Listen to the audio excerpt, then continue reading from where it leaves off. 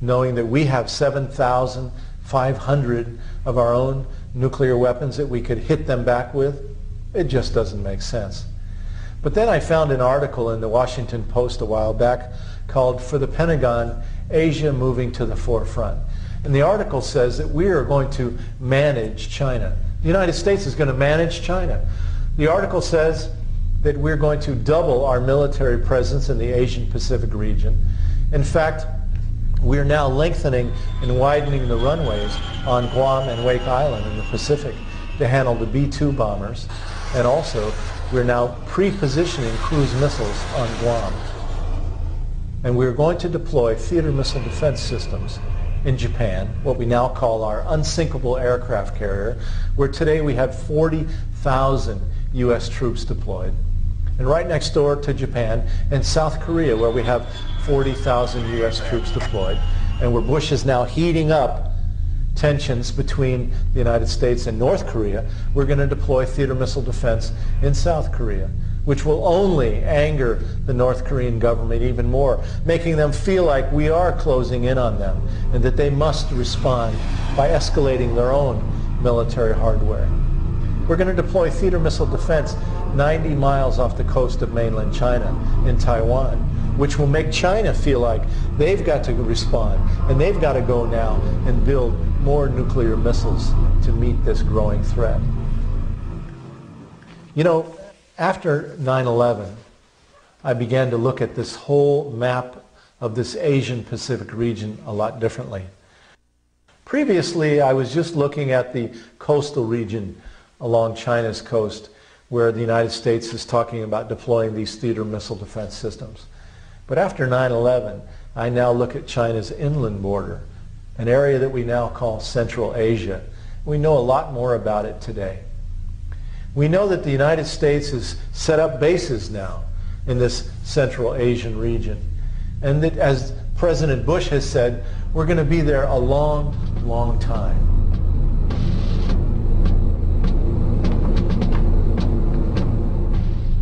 And so today we've set up bases in Afghanistan, in Uzbekistan, in Tajikistan, and throughout this region. And come to find out, we now know that this Central Asian region has some of the largest deposits of oil and natural gas in the entire world.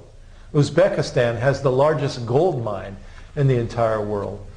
So clearly, this response from 9/11 to go to war with Afghanistan and to take over Afghanistan, I would submit to you, is part of a larger geopolitical strategy now underway. What gives me confidence in saying that is that I recently read a book by former National Security Advisor to the Carter administration, a guy by the name of Zbigniew Brzezinski. And the book is called The Grand Chessboard. And in that book, Brzezinski has two very important graphs. One of those graphs shows oil pipelines coming through Afghanistan, taking the oil into ports in the Arabian Sea, where U.S. oil corporations could then move it to Asian Pacific markets that are expanding now and demanding more oil. In fact, we found out that in 1997, the Unocal Corporation, one of their vice presidents, testified before the Congress of the United States, imploring Congress to help put a more compliant government into Afghanistan so that Unocal could then get agreements to build the oil pipelines through that region. And so in Brzezinski's book then, he lays out what he calls two key collision points.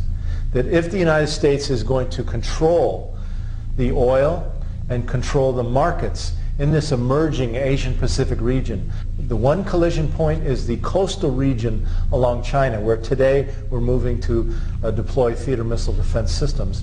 And the other collision point is in the Central Asian region, where today we're setting up bases since 9/11 to supposedly go after terrorists. In the Space Command's other planning document of importance called the Long Range Plan, they lay out their final vision, control not only of the Middle East or the Asian Pacific, but control of literally the entire Earth. With the new technologies underway, the successor to the shuttle that is being worked on today, for example, what they're calling the military space plane. It would fly down from orbit, drop an attack on the Earth, and then go back up into space. And also the space-based laser, what they're calling the Death Star at the Pentagon. The industry magazine Aviation Week in Space Technology recently reported on a Space Command computer war game set in the year 2017. And in that computer war game, it was the U.S. against China, the Reds versus the Blues. And in that computer war game, the Space Command launched a preemptive first strike attack on China. Now, maybe a year or two ago, we would have all laughed at the notion of the United States launching a preemptive first strike attack on anyone. But now we all know that in the George W. Bush administration, preemptive first strike attack is now official doctrine. And so in that computer war game, the United States launched a preemptive first strike attack on China, using as its first weapon the successor to the shuttle, the military space plane that flew down from orbit, dropped an attack on China, and then went back up into orbit again. And then the second attack in that computer war game was none other than the space-based laser. A few years ago, the Congress of the United States asked a congressional staffer by the name of John Collins to write the definitive study. How's this whole thing going to work? And his report to the Congress is a book called Military Space Forces, the Next 50 Years. The interesting thing about the book is that in the foreword of it, the section where people recommend it, it is signed by the likes of Senator John Glenn, former Congressman, now Senator from Florida, Bill Nelson, and other leading politicians. And one of the most interesting things in this book is that the author says, whoever controls the Earth-Moon gravity well will control who gets on and off the planet Earth. He says with U.S. bases on the moon and with armed space stations at the L4 and L5 positions, the United States will be able to essentially control who gets on and off the planet Earth. Now, why would the United States want to control who got on and off the planet Earth? To understand that, we must understand what's really behind the space exploration program of NASA.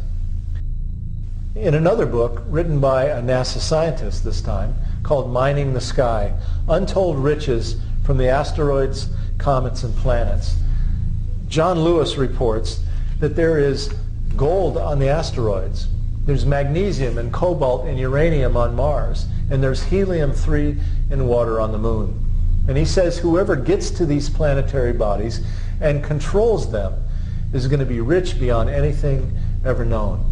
And so today the Mars missions that we're now seeing are really about identifying the soil on the planet, taking samples, and someday in the future, NASA predicts, around 2020 or 2025, they expect to have human mining colonies actually powered with nuclear reactors on the planet of Mars.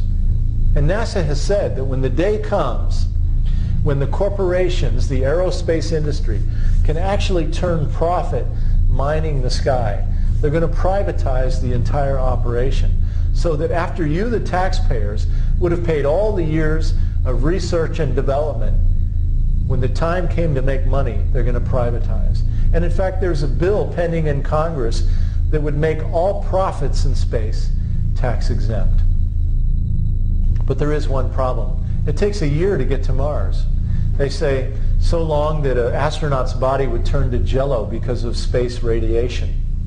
And so NASA's been looking at ways to get to Mars quicker. And the Bush administration has come up with a new program called the Nuclear Systems Initiative, a $3 billion